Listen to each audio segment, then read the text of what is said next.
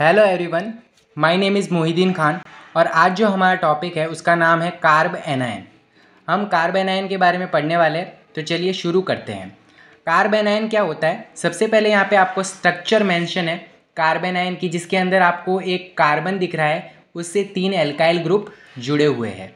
इस alkyl group के अंदर यहाँ पे भी एक इलेक्ट्रॉन होगा, यहाँ पे भी एक इलेक्ट्रॉन होगा, यहाँ पे भी एक इलेक्ट्रॉन होगा और यहाँ पे भी एक इलेक्ट्रॉन होगा, यहाँ पे भी एक इलेक्ट्रॉन होगा और यहाँ पे भी एक इलेक्ट्रॉन होगा।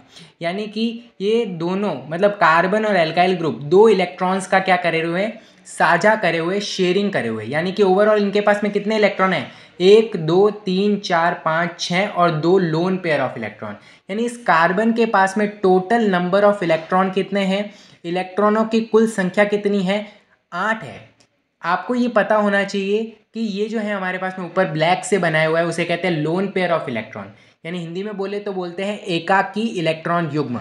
अब ये होता क्या है? मतलब ऐसा इलेक्ट्रॉन जिसने बॉन्ड फॉर्मेशन में पार्टिसिपेट नहीं किया है, बंध निर्माण में भाग नहीं लिया है, उसे हम लोन पेयर ऑफ इलेक्ट्रॉन कहते हैं। ठीक है, तो बहुत ज़्यादा सिंपल है। तो इसकी डेफिनेशन आप कैसे देंगे कि कार्ब एनायन क्या होता है? तो इस तरीके से देंगे, a group in which there are 8 electron and 1 negative charge on the central carbon atom is called carb anion.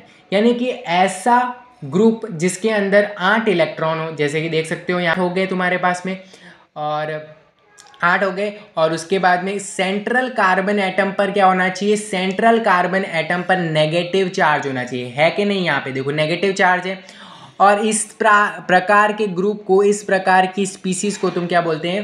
कार्बो anion बोलते हैं। बहुत ज़्यादा सिंपल है, कार्ब एनायन या कार्बो एनायन, बहुत ज़्यादा सिंपल है।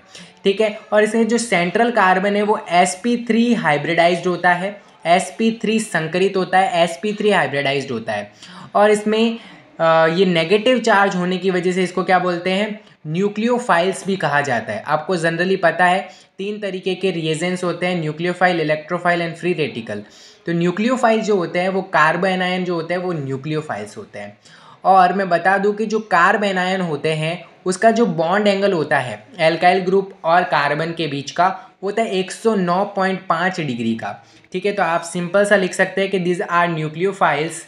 और सेकंड पॉइंट आप लिख सकते हैं the central carbon atom is sp3 hybridize. यानी कि ये कार्बन जो होता है ना वो sp3 हाइब्रिडाइज होता है कार्ब एनायन के केस के अंदर।